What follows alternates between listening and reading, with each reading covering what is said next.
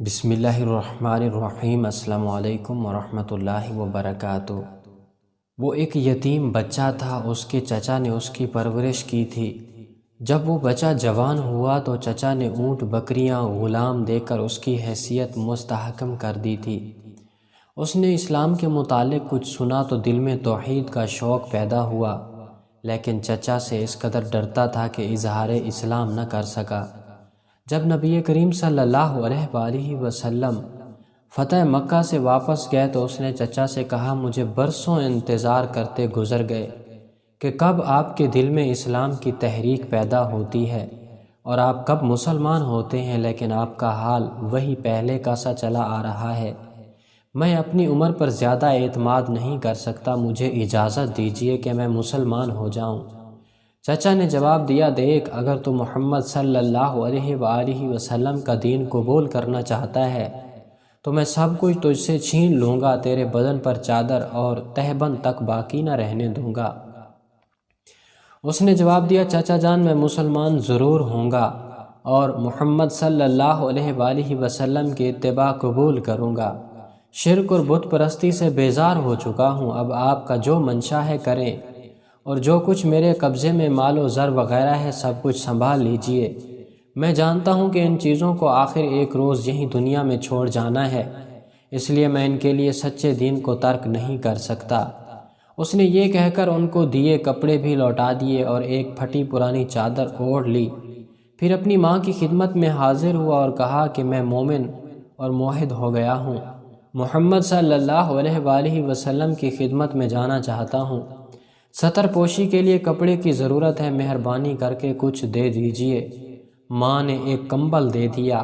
اس نے کمبل پھاڑا، آدھے کا تہبند بنا لیا، آدھا اوپر کر لیا اور مدینہ کو روانہ ہو گیا۔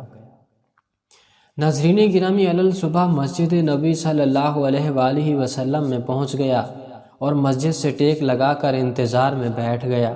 نبی اکرم صلی اللہ علیہ وآلہ وسلم جب مسجد میں آئے، اسے دیکھ کر پوچھا، کون ہو؟ کہا، میرا نام عبدالعزیٰ ہے، فقیر و مسافر ہوں، طالب ہدایت ہو کر آپ کے در پر آ پہنچا ہوں۔ نبی اکرم صلی اللہ علیہ وآلہ وسلم نے فرمایا، آج سے تمہارا نام عبداللہ ہے، ذوالبجدین لقب ہے، تم ہمارے قریب ہی ٹھہرو اور مسجد میں ہی رہا کرو۔ یوں عبداللہ رضی اللہ عنہ اصحاب صفہ میں شامل ہو گئے۔ نبی اکرم صلی اللہ علیہ وآلہ وسلم سے قرآن پاک سیکھتے اور دن بھر عجب ذوق و شوق اور خوشی و نشاط سے پڑھا کرتے۔ ایک دفعہ حضرت عمر رضی اللہ عنہ نے کہا کہ لوگ تو نفل نماز پڑھ رہے ہیں اور یہ اعرابی اس قدر بلند آواز سے ذکر کر رہا ہے کہ دوسروں کی قرأت میں مزاحمت ہوتی ہے۔ نبی اکرم صلی اللہ علیہ وآلہ وسلم نے فرمایا، عمر، اسے کچھ نہ کہو، یہ تو اللہ اور اس کے رسول کے لیے سب کچھ چھوڑ چھاڑ کر آیا ہے۔ حضرت عبداللہ رضی اللہ عنہ کے سامنے غزوہ تبوک کی تیاری ہونے لگی تو نبی اکرم صلی اللہ علیہ وآلہ وسلم نے انہیں دعا دیتے ہوئے فرمایا، الہی، میں کفار پر اس کا خون حرام کرتا ہوں۔ عبداللہ رضی اللہ عنہ نے کہا کہ یا رسول اللہ صلی اللہ علیہ وآلہ وسلم، میں تو شہادت کا طالب ہوں۔ نبی اکرم صلی اللہ علیہ وآلہ وسلم نے فرمایا، جب اللہ کے راستے میں نکلو اور پھر بخار آئے اور مر جاؤ تب بھی تم شہید ہوگے۔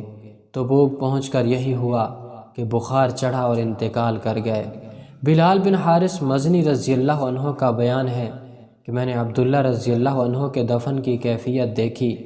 رات کا وقت تھا، پہلے وہ حضرت بلال رضی اللہ عنہ کے ہاتھ میں اترے اور حضرت ابوبکر و عمر رضی اللہ عنہما ان کی لاش لاحد میں رکھ رہے تھے۔